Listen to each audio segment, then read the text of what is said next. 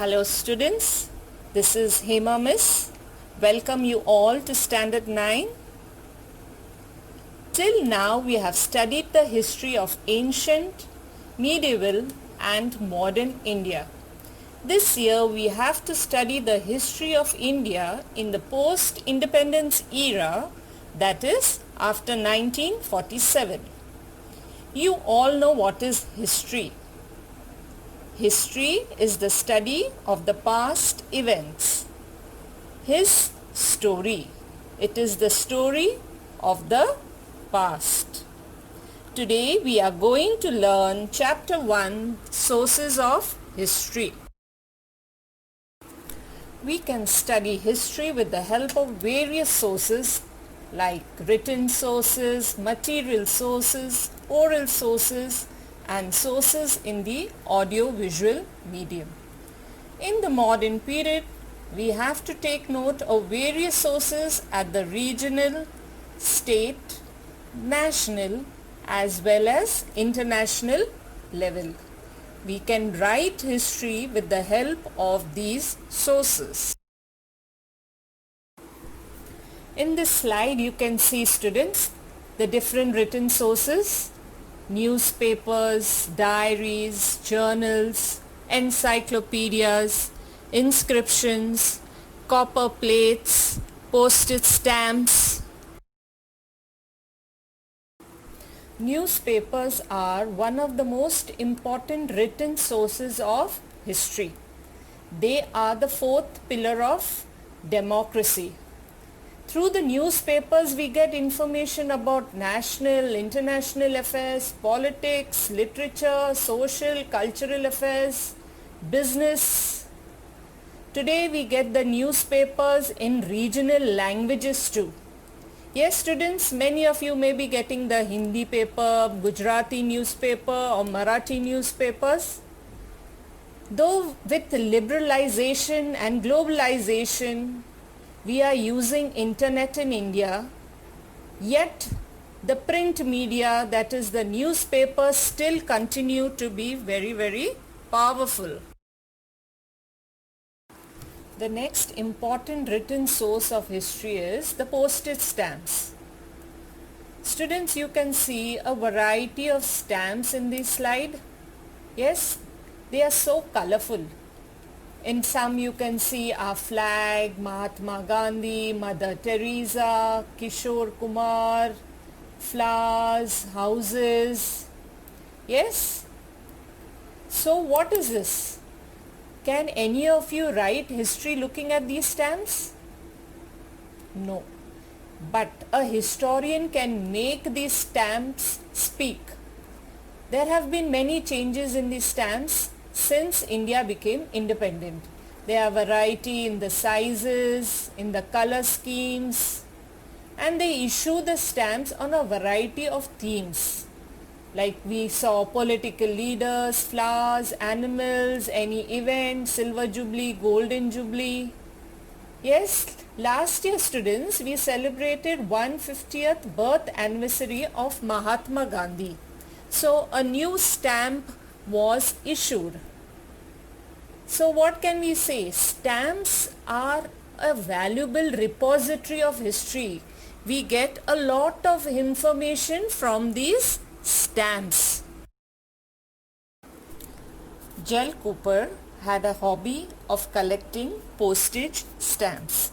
Students, you all know what are postage stamps? You have seen the stamps? Yes? Yes. Then Jal Cooper started his career as a postage stamp collector. He achieved the expertise of a philatelist.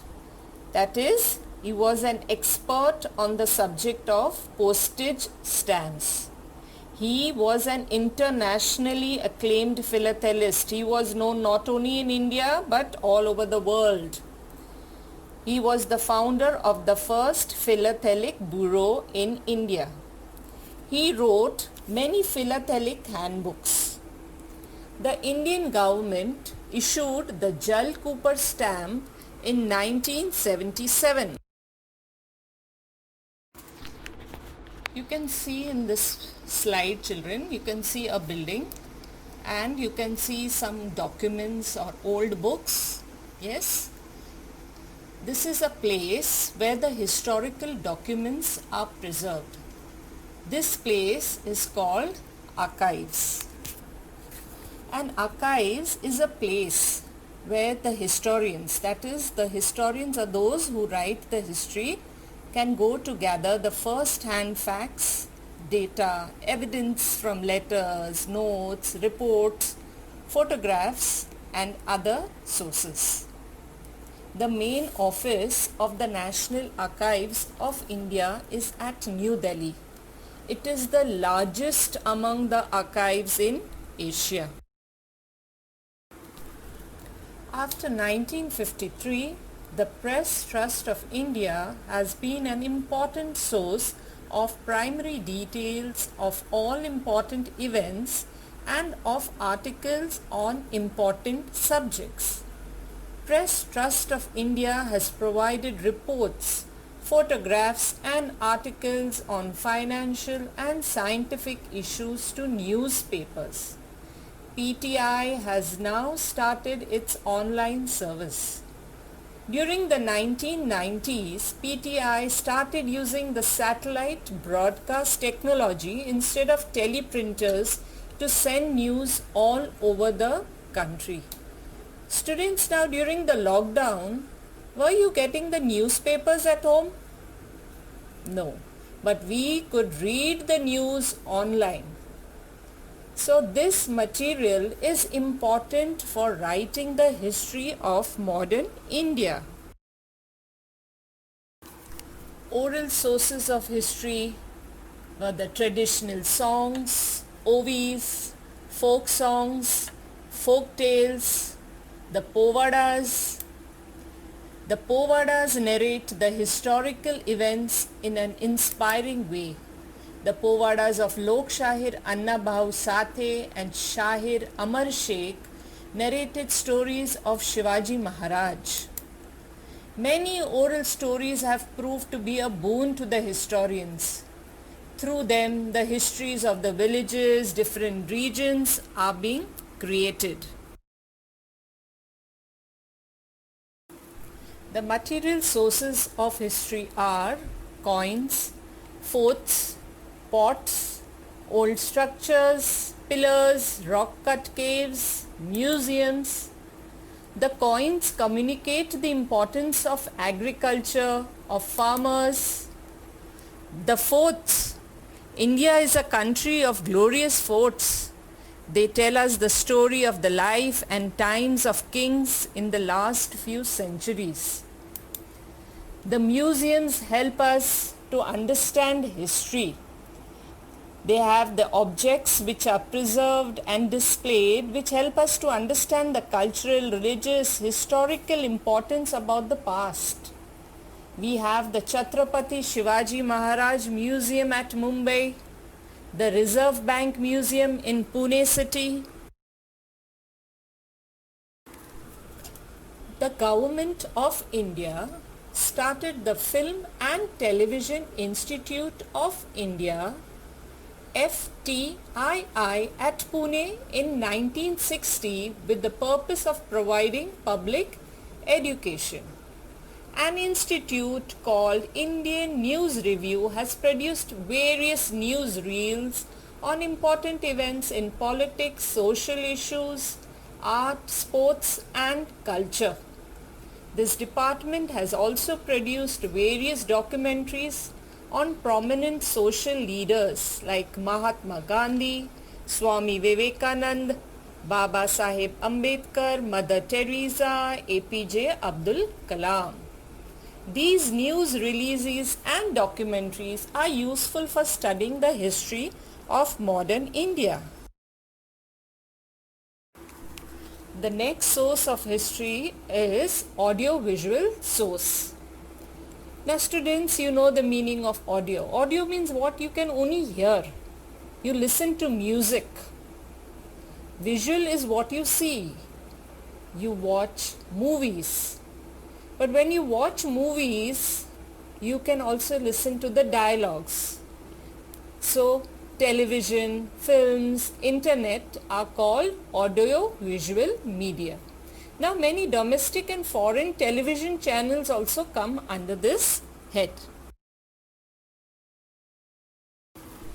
Till now we have seen many important sources for writing the history of modern India. The times in the 21st century are changing very rapidly, that these sources will also prove to be inadequate. Many new sources are coming forth. For example, during the transformation from landline telephone to cell phones. How many of us are having landline at home today? All are having cell phones. Each individual member in the family is having a cell phone. Earlier there was a gadget called pager. This gadget was used to communicate, send messages. But due to the new technology, this pager has died out. The huge amount of information available on the internet is used for studying history. But the truth and authenticity of this information needs to be verified. How many of us get messages on WhatsApp which are fake? Yes? Fake news. So we have to verify whether the news is right, it is truthful, it is authentic. It has become comparatively easy to study history with the help of all these sources. As these sources are from the contemporary period, modern period, they are easily available.